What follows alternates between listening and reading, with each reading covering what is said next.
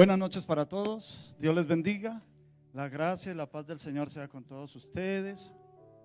Ya lo dijo el pastor Israel, mi nombre es Carlos Vélez, soy un hermano, amigo y servidor de ustedes en Cristo Jesús. Agradeciendo primeramente a Dios y también al pastor Israel, que fue el que me recomendó con la pastora Clara, al pastor Gamaliel, que han abierto las puertas de su congregación para que yo pueda estar estos días compartiendo con ustedes la palabra del Señor. En estos días ustedes van a ir conociéndome un poco más.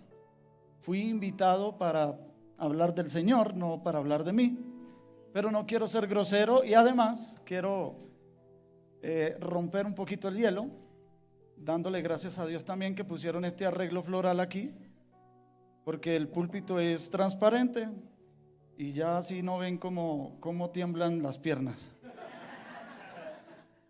Y lo digo porque pues estoy aquí, sé que la familia Bustos es una familia de trayectoria, de bagaje espiritual y ministerial, y pues sea como sea, la presencia de ellos genera un poquito de nervios. Nací en el departamento de Antioquia hace 50 años. Mi madre fue de descendencia judía. Mi bisabuelo llegó a Colombia en el año de 1939, huyendo de una dictadura que había en España, la dictadura de Franco. Estaba aliado con Hitler y perseguían a los judíos. Mi bisabuelo todavía conservaba los nombres de Cohen. ¿Qué es un Cohen? Un sacerdote de la tribu de Leví, de los caraítas. Los sacerdotes caraítas solamente se rigen por las escrituras. Él todavía conservaba sus nombres de Cohen. Él se llamaba Abnon Yitzhak ben Yosef. Llegó con algunos de sus hijos a Colombia. Mi abuelo materno llegó casado pero sin hijos y tuvo sus hijos ya aquí en Colombia, entre los que nace mi mamá. 21 hijos.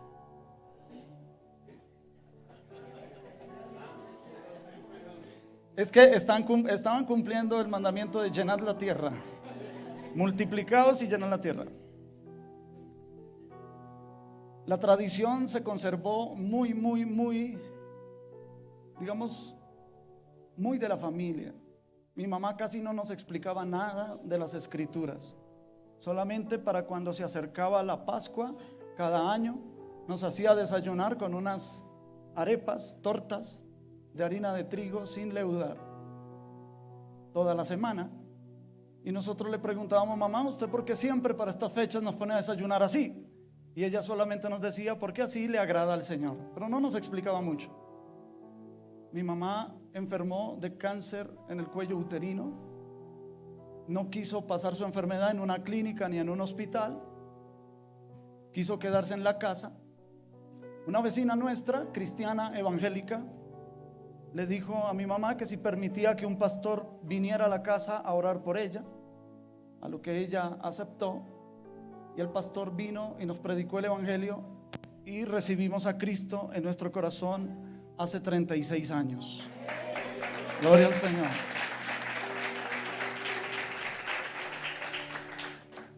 Y los últimos 23 años de mi vida los he dedicado al servicio al Señor de tiempo completo. Antes los pastores me anunciaban diciendo: con nosotros el predicador Carlos Vélez, pero yo no soy, digamos, evangelista. Después con mi esposa estuvimos pastoreando en la ciudad de Cúcuta cerca de 10 años y pues obviamente los hermanos nos decían pastor, pero yo no soy pastor. El ministerio al cual el Señor me ha llamado es de maestro y ha sido un proceso no fácil, pero muy hermoso. Y con esto los voy a dejar en puntos suspensivos porque pasa el tiempo y no predico. Quiero compartir, ya irán sabiendo ustedes un poco más de mí en estos días, si no dejan de venir, ¿no? Vamos a abrir la Biblia, los que la trajeron. Los que no la trajeron, por favor, escuche atentamente la palabra de Dios. La Biblia dice que la fe viene por el oír y el oír por la palabra de Dios. Lucas, Evangelio según San Lucas, en el capítulo 19, vamos a leer allí los primeros 10 versículos. Tengo un manto de color azul aquí, porque el Señor hace un tiempo me dijo que cuando fuera a ministrar a la iglesia o a los amigos, llevara mantos de colores. Y repito, en estos días irán ustedes aprendiendo por qué. Que si lo voy a usar o no, no lo sé. Eso lo dirá el Espíritu Santo ahora más tarde. ¿Lo tenemos? Aleluya. Ya lo tienen los hermanos. Lucas capítulo 19 verso 1 en adelante. Yo leo a favor de usted. Usted siga por favor con sus vistas la lectura de la palabra del Señor. Así dice la bendita y santa palabra del Señor. Habiendo entrado Jesús en Jericó, iba pasando por la ciudad. Y sucedió que un varón llamado Zaqueo, que era jefe de los publicanos y rico, procuraba ver quién era Jesús, pero no podía a causa de la multitud, pues era pequeño de estatura. Y corriendo delante, subió a un árbol sicómoro para verle, porque había de pasar por allí. Cuando Jesús llegó a aquel lugar, mirando hacia arriba, le vio y le dijo: Zaqueo, date prisa, desciende, porque hoy es necesario que pose yo en tu casa. Entonces él descendió a prisa y le recibió gozoso. Al ver esto, todos murmuraban, diciendo que había entrado a posar con un hombre pecador. Entonces Zaqueo, puesto en pie, dijo al Señor: He aquí, Señor, la mitad de mis bienes doy a los pobres, y si en algo he defraudado a alguno, se lo devuelvo cuadruplicado. Jesús le dijo: Hoy ha venido la salvación a esta casa, por cuanto él también es hijo de Abraham. Porque el Hijo del Hombre vino a buscar y a salvar lo que se había perdido. Que Dios bendiga nuestras vidas a través de su palabra en esta noche. Amén. Cierto día, saliendo de la ciudad de Bucaramanga, pude ver una valla publicitaria que decía: en Bucaramanga el futuro es hoy. Me llamó la atención ese eslogan publicitario, ya que hablaba sobre el futuro como que era algo presente. Luego pude darme cuenta que algunas empresas que trabajan con elementos de tecnología de punta usan este similar eslogan publicitario. De donde nació la idea del título para esta prédica en esta noche. El título es Prisioneros del Tiempo. Es un título como una película de Hollywood, ¿no? De los mismos productores de La Pasión de Cristo. Mentiras. Cuando una vida inicia, según nos enseña la ciencia médica, es cuando el espermatozoide masculino fecunda el óvulo femenino. En ese momento se inicia una vida. Pero no es sino hasta dentro de 9 meses aproximadamente que esa vida que se había iniciado nace. Una cosa en términos de vida es iniciarse y otra nacer. Pero lo mismo ocurre con el tiempo. El siglo XXI inició el 1 de enero del año 2000. Pero el siglo XXI nació como periodo del tiempo que marcará la historia de la humanidad el 11 de septiembre del año 2001 con el derribo de las Torres Gemelas en Nueva York. Nada más aleatorio que las cuentas del tiempo. En nuestro calendario, por ejemplo, septiembre no es el mes séptimo como su nombre lo indica, ni octubre el octavo, ni noviembre el noveno, ni diciembre el décimo, porque los romanos insertaron a julio, llamado así por Julio César, e insertaron igualmente a agosto en homenaje al emperador César Augusto.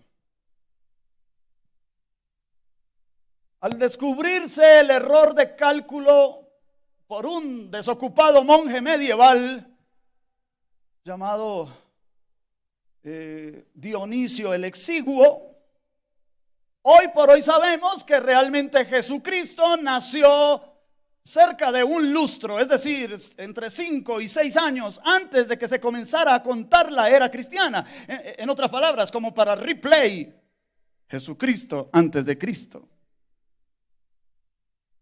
El siglo XVI nació el 12 de octubre de 1492, cuando Cristóbal Colón sembró la cruz en las húmedas arenas de la isla de Guananí. El siglo XIX nació en 1776 al proclamarse la Constitución Política de los Estados Unidos en Norteamérica. El siglo XX, por su parte, nació en el año de 1919, cuando Albert Einstein, ese famoso matemático y físico alemán de origen judío, ante una perpleja comunidad científica, propuso la relatividad universal. Teoría pronto confirmada como ley y que nos ayudaría a comprender tan disímiles medidas del tiempo. Según Albert Einstein, el tiempo en realidad no existe. Es solo una medida que le damos al espacio con relación a su velocidad. Pero es curioso que antes del sabio de Ulm, como se le llamó a Albert Einstein, nadie hubiese descubierto la relatividad del tiempo en las Sagradas Escrituras, en donde ha estado desde siempre.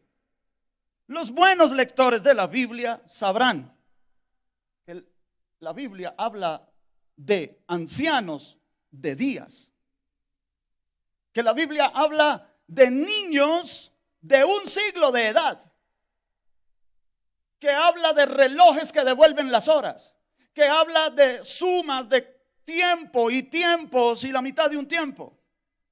Porque para el Señor un día es como 1000 años y 1000 años como un día, según el relativista San Pedro en su segunda carta, capítulo 3, verso 8. La convención temporal, pasado, presente y futuro, resulta ser entonces una mera ilusión. El cronos o el tiempo humano está sumergido en el kairos o tiempo de Dios. Por ejemplo, no se registra la edad de Adán antes de la caída. Debemos hacernos la pregunta: ¿cuánto vivió Adán antes de caer? Antes de pecar. ¿Cuánto tiempo vivió en el Edén Adán? ¿Vivió allí algunas semanas? ¿Vivió allí algunos meses? ¿Algunos años? ¿Algunos cientos de años? No lo sabemos. Y no lo sabemos por la sencilla razón de que antes de la caída no era necesario contar el tiempo. ¿Para qué contar el tiempo si no había muerte? Pero la esclavitud del tiempo y el temor a la muerte nos han nublado la percepción de Dios. Dios es previsible solamente para sí mismo. Y por eso los profetas de la Biblia nunca dieron un cálculo matemático en cuanto al cumplimiento temporal de sus profecías, porque la forma en que se habla proféticamente también es relativa. El tiempo es, si se me permite, un tesoro perdido que el hombre necesita recuperar con urgencia. Porque el tiempo hoy ya no existe sino para cumplir un horario laboral. Ya no hay tiempo para la familia, ya no hay tiempo para el cónyuge, ya no hay tiempo para los hijos, ya no hay tiempo para la sana diversión, ya no hay tiempo para la lectura de la palabra, ya no hay tiempo para la iglesia. O dicho más crudamente, ya no hay tiempo para Dios. Yo he predicado en púlpitos desde los cuales el objeto que llama la atención no es ni el predicador, ni el mensaje del predicador, no es un adorno en el altar, sino el objeto que llama la atención es un reloj. Y a veces uno ve a los hermanos mirando constantemente su reloj de pulso. Los relojes de pulso se nos han convertido en esposas policiales. Las agendas se han convertido en cárceles para nosotros. Nos hemos vuelto prisioneros del tiempo. Y ya como que el tiempo no nos alcanza. Y he escuchado a cristianos decir: ay, se está cumpliendo la Biblia, que los días serán acortados. Pero no, ese no es el contexto, la verdad, no es el contexto. Lo que pasa es que el ritmo de la vida en la que estamos viviendo ahora hace que no nos alcance el tiempo. Todo lo queremos rápido, todo lo queremos express, todo lo queremos fácil. Incluso en el evangelio también ocurre ese fenómeno. Nadie se quiere esforzar, nadie quiere tomarse el tiempo con Dios, en intimidad con el Señor. Nadie quiere venir. No hay tiempo para Dios, no hay tiempo para el evangelio, no hay tiempo para cambiar, no hay tiempo para nacer de nuevo. Y a veces, para el colmo, nuestros servicios se han enclaustrado en un tic-tac implacable. A veces ve a los hermanos inquietos en las sillas. Gracias a Dios que aquí tienen sillas muy bonitas, muy cómodas. Pero eso resulta ser también un problema, porque cuando la silla es de plástico, o cuando antes eran las bancas de madera, ¿recuerdan? Y uno veía a los hermanos cambiando de postura cada rato. Dejaban descansar una parte del cuerpo y después dejaban descansar la otra parte del cuerpo. Y cuando no, las sillas que son cómodas causan sueño. Y uno comienza a ver que los hermanos llaman al predicador.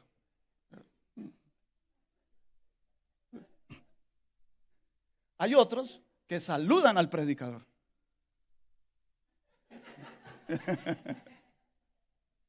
Hay otros que invitan al predicador a sentarse al lado.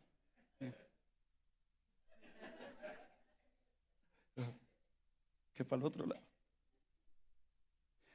Debemos tener orden en nuestras reuniones, sí. Debemos tener orden en el tiempo de nuestras reuniones. Claro que sí. Lo que no podemos hacer es ponerle camisas de fuerza o cronómetros a lo espiritual.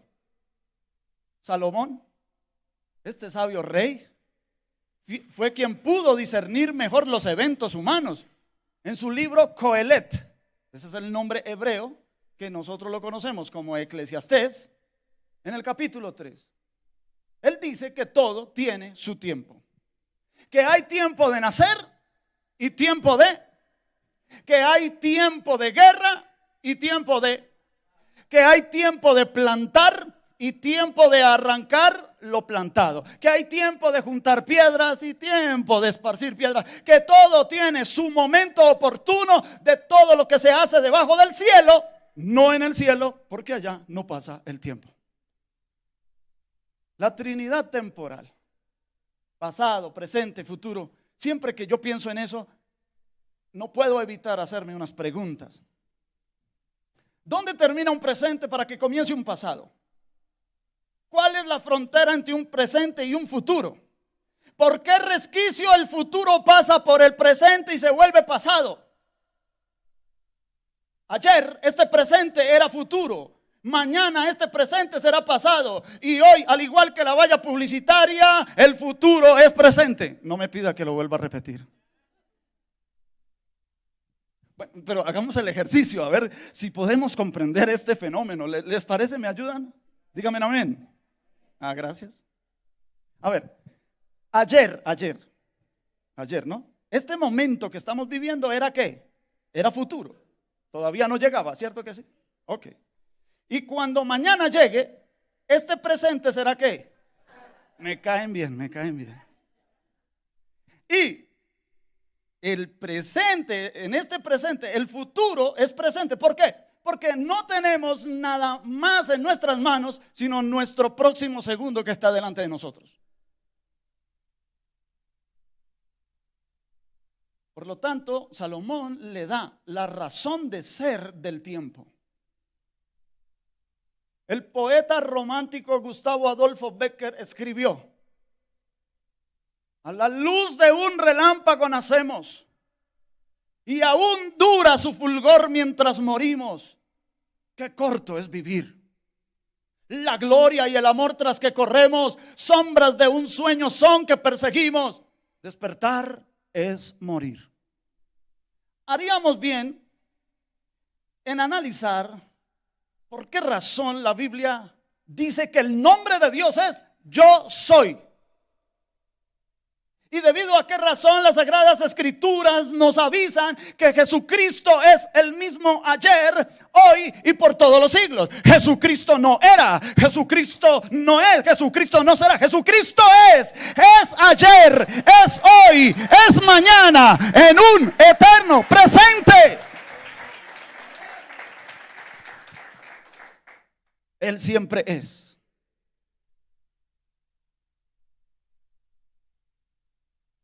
Pocas personas notan la forma en que el Señor Jesús nos enseñó a pedir de nuestro Padre Celestial. En la forma instituible del Padre Nuestro, creo que es Mateo 6:11, allá se dice: el pan de cada día, dánoslo. Me caen bien. No nos enseñó a pedir: danos el pan de hoy y el de mañana. O danos el pan de hoy y el de los próximos 3 días. O danos el pan de hoy y el de toda la semana. No, pan diario. Pan de cada día, dánoslo ¿cuándo? Hoy. Porque el puente que está tendido entre ayer y mañana es hoy. No tenemos ninguna otra cosa real sino nuestro presente y la manera en que lo vayamos a aprovechar. Somos prisioneros del tiempo. Recuerdo que cuando yo era niño, estábamos recién llegados a Bogotá. En la cuadra donde vivíamos, el señor más pudiente de la cuadra mandó a instalar la línea telefónica fija y se ofreció a todos los vecinos de la cuadra, él chicaneando, a todos los vecinos de la cuadra: vecino, con mucho gusto, cuando se le ofrezca, ahí está el teléfono a la orden. Bueno, mi padre apuntó el número, se lo hizo saber a la familia en Antioquia. Y recuerdo que una noche, tal vez 7 de la noche, nosotros vivíamos en un segundo piso y los timbres de antes eran unas piedritas que uno cogía en la calle y tiraba para el vidrio. El señor vivía a la mitad de la cuadra y entró una llamada desde Antioquia. En ese tiempo le decía llamada de larga distancia. Y entonces allá en esa casa contestaron y dijeron: por favor, el señor Luis Eduardo Vélez. Sí, señor, por favor, un momento. Dejan la bocina a un lado. La señora le grita al niño: vaya, llame al vecino, don Luis. El niño arrancaba la carrera, llegaba hasta la casa donde vivíamos, tomaba la piedra, tiraba la primera, tomaba la segunda piedra, la tiraba, hasta que mi mamá abrió la ventana. Sí, a la orden.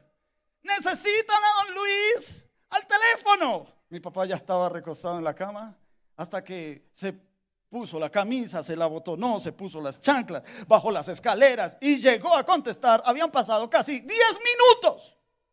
Y la persona del otro lado del teléfono sabía esperar.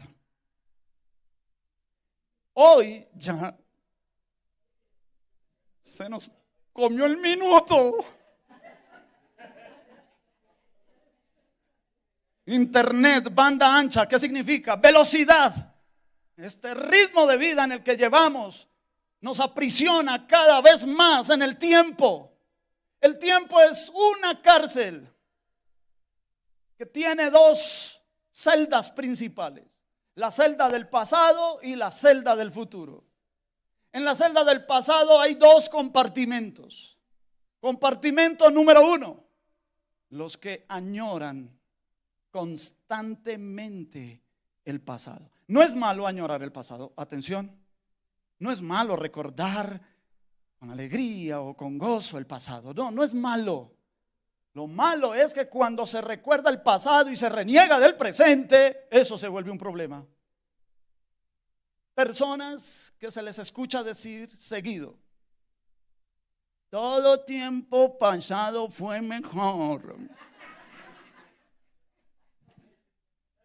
O algo así como: ya no hacen las cosas como antes. Los hermanos que son de avanzada edad digan gloria a Dios.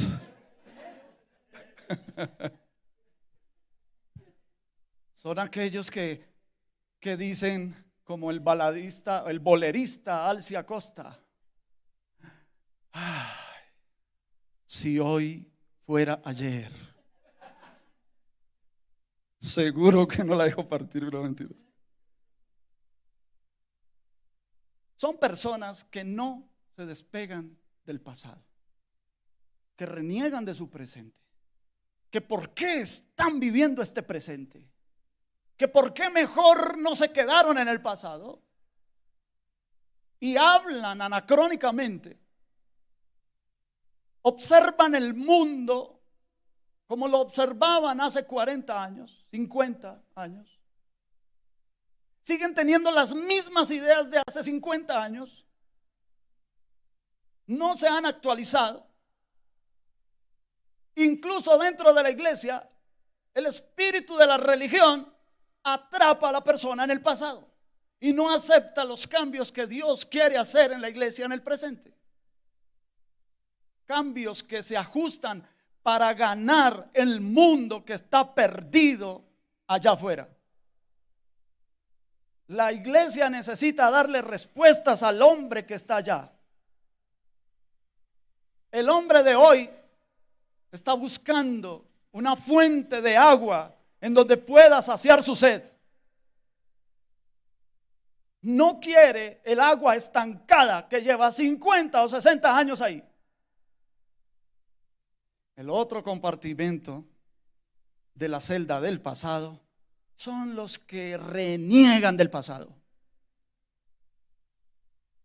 Los que sufren por el pasado, los que ni siquiera han podido perdonar ofensas que les hicieron en 1465. Personas que ni siquiera se han podido perdonar ellas mismas de errores que cometieron en el pasado y se culpan.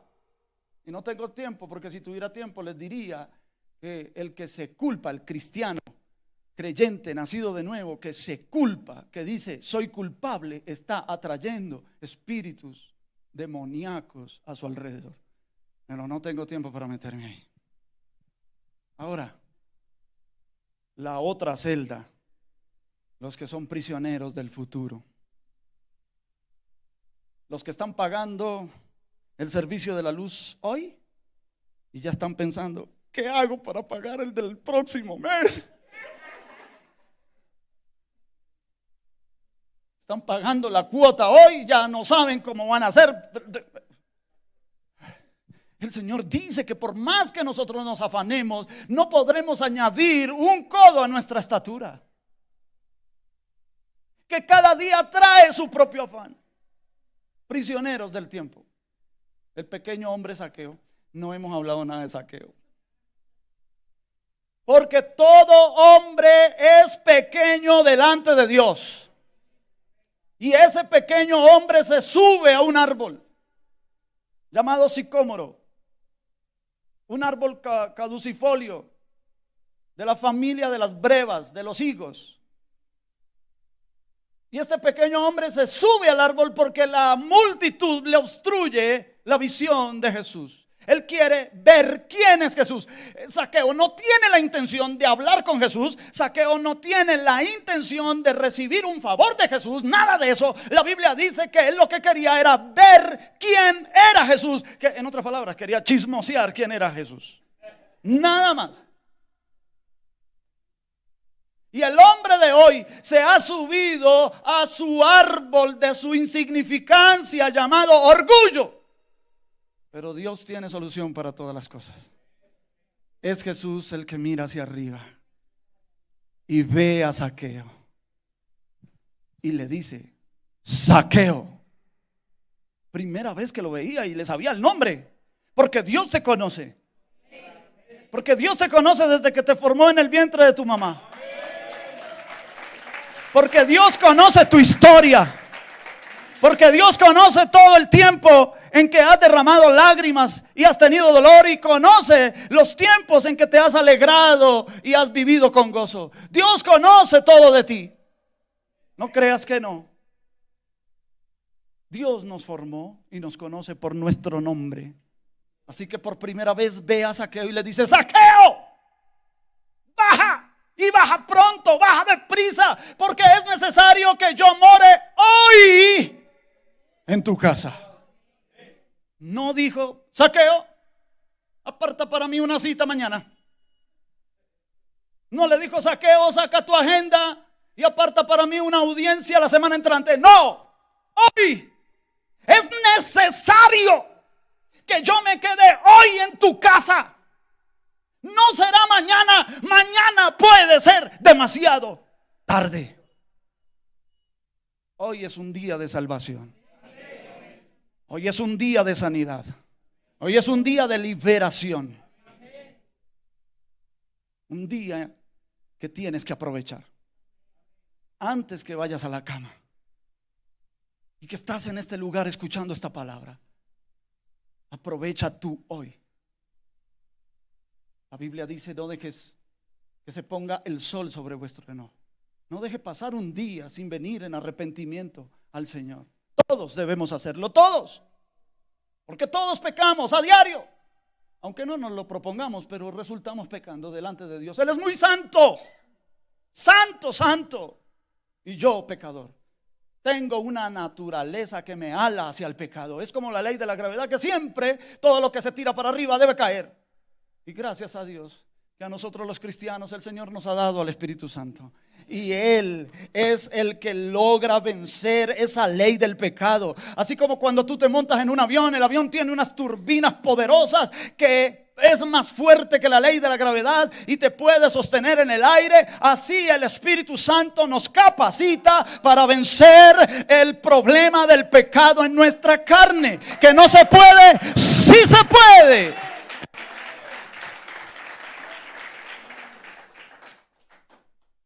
Y el Señor da una espectacular noticia. Le dice: hoy ha llegado la salvación a esta casa. Yo siempre me he preguntado, bueno, primero que todo, salvación, ahí la palabra salvación, ahí en este pasaje, esa palabra salvación, hoy ha llegado la salvación, viene de la palabra griega sotería, que significa liberación. Libertar, básicamente significa libertar. Pero ¿por qué el Señor le da esa declaración a Zaqueo? Lo acaba de conocer. No conoce nada de su proceder, de su testimonio. El Señor le dice eso por lo que el verso anterior dice que Zaqueo, puesto en pie, istemi es la palabra griega, significa hacer un alto en el camino. No está hablando de ponerse en pie físicamente, no. Zaqueo, lo que está diciendo la Biblia es que Zaqueo en ese momento, al conocer a Jesús, al Jesús decirle: yo voy a morar hoy en tu casa, entonces él hace una decisión, hace un alto en el camino y dice: la mitad de mis bienes he de darlos a los pobres, y si le debo algo a alguien, lo voy a devolver cuadruplicado. Esto, mis queridos hermanos, en el Antiguo Testamento era hacer teshuvah. Un judío que se arrepentía de sus pecados tenía que hacer teshuvah. ¿Qué era teshuvah? Una demostración, una acción en donde pudiera hacer misericordia. Y cuando Zaqueo evidencia la condición de su corazón, está dispuesto a dar la mitad de su fortuna a los pobres. Nadie se lo está diciendo, pidiendo o sugiriendo. Él lo decide desde su propio corazón. Por eso el Señor dice: hoy ha llegado la salvación a esta casa, porque este también es hijo de Abraham. Hijo de Abraham, en la lectura neotestamentaria, es mucho más que portador del ADN del patriarca. Hijo de Abraham en la lectura neotestamentaria es persona de fe. persona nacida de nuevo, que pertenece a la familia de Dios a través de la fe en Abraham, perdón, la fe en Cristo por Abraham, porque en Abraham serían benditas todas las familias de la tierra. La descendencia de Abraham, por ella vino Cristo, el Salvador, el Redentor de la humanidad. Y por Cristo la bendición ha pasado a todas las familias de la tierra. Pero también un dato curioso, cuando dice, porque este también es hijo de Abraham, porque el Hijo del Hombre ha venido a buscar y a salvar lo que se había perdido. Ahí la palabra salvar no es la misma de salvación del versículo anterior. En el original, perdóneme que yo me exprese así, tengo esa debilidad. Yo sé que a usted no le interesa nada del griego ni nada de eso, pero la palabra ahí es sozó. Si yo fuese español, tendría que pronunciar sozó, con Z al final. Y significa asegurar, proteger. Por lo tanto, cuando él dice, hoy ha llegado la salvación, es decir, ha llegado la liberación a esta casa, y luego dice, el Hijo del Hombre ha venido a buscar y a proteger lo que se había perdido. Por lo tanto, tú no solamente vas a ser libre, sino que vas a ser protegido por el Señor. Aleluya. Yo quiero ya, a ver, se me fue el tiempo. Déjeme 5 minutos. ¿Me regalan 5 minutos? Levante la mano los que me regalan 5 minutos. 5, 10, 15, 20, 25, 30, 30. Tenemos hasta la medianoche. Gloria a Dios. No me hagan caso, Es para que se ría, hermano. Tampoco podemos ser demasiado solemnes. Bien. Déjeme que ahora el Espíritu me está moviendo, porque quiero hacer una oración esta noche. Y mañana quiero orar por los enfermos físicos. Invite personas para mañana que tengan enfermedades, ojalá diagnósticos graves. Yo no hago nada, es el Señor. Pero esta noche quiero orar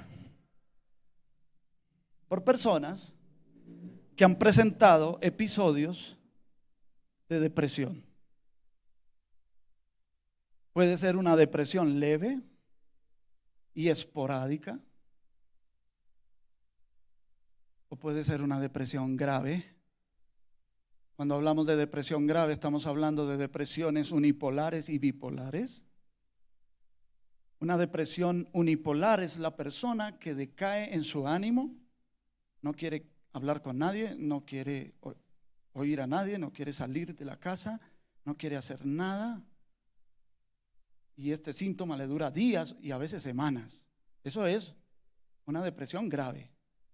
Por lo general, la persona que padece eso tiene pensamientos suicidas. O si es una depresión bipolar, la depresión bipolar es al contrario, la persona se vuelve dinámica, quiere estar haciendo cosas, quiere estar y repite una vez y otra vez el mismo oficio, necesita estar haciendo algo, y es un síntoma de depresión bipolar. Repito, puede ser depresiones leves, a veces le da, no es siempre, pero a veces le da. Esta noche quiero orar por usted. Y si hay un amigo o amigos en esta noche, antes de orar por las personas con depresión, aquí hay personas con depresión, aquí hay personas que han vivido episodios de depresión, sino que no es fácil aceptarlo públicamente. Pero ¿por qué nos vamos a avergonzar de eso? Si tú te lesionaras una mano o un pie, ¿no pedirías ayuda? ¿No irías al menos al sobandero? Alguien que te arregle el problema. Tú no quieres que la mano te duela, o el pie. Necesitas el pie para caminar y la mano para hacer el oficio o trabajar. ¿No vas a buscar ayuda? ¿Te avergonzarías de decir, me lastimé la mano? ¿Te avergüenzas de decir, me lastimé el pie? ¿Por qué te avergüenzas de decir, he sufrido? O a veces he sufrido de depresión. Perdóneme, vuelvo y hablo con los amigos. Si hay amigos en esta noche, porque como es primera vez que vengo, no conozco quiénes son y quiénes son cristianos y quiénes no, quiénes son evangélicos y quiénes no. Por eso, si llega a haber un amigo en esta noche que quiere aceptar a Jesús como su Salvador, o quizás ya tú habías aceptado al Señor y te habías apartado y te quieres reconciliar, te invito para que te reconcilies, para que aceptes al Señor en esta noche. Quiero pedirte que desde ahí, voy a aventurarme a decirlo, desde ahí donde tú estás, sentadito, sentadita, repite conmigo la siguiente oración.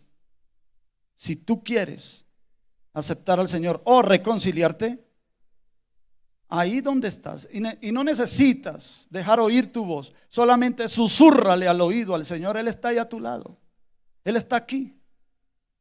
Y repite conmigo diciendo: Señor Jesús, en esta noche reconozco que soy pecador.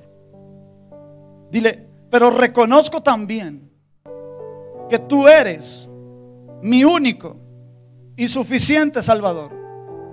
Dile: perdona todos mis pecados y no te acuerdes más de ellos. Dile: sepúltalos en lo profundo del mar. Escribe mi nombre en el libro de la vida del Cordero, para que cuando tú me llames a tu presencia, yo pueda responder a Él. Abro las puertas de mi corazón, dile, para que tú entres y me hagas una nueva criatura. Dile: gracias, Señor, por salvarme. Ahora te pido que me ayudes en esta nueva vida que comienza para mí a partir de hoy. Amén.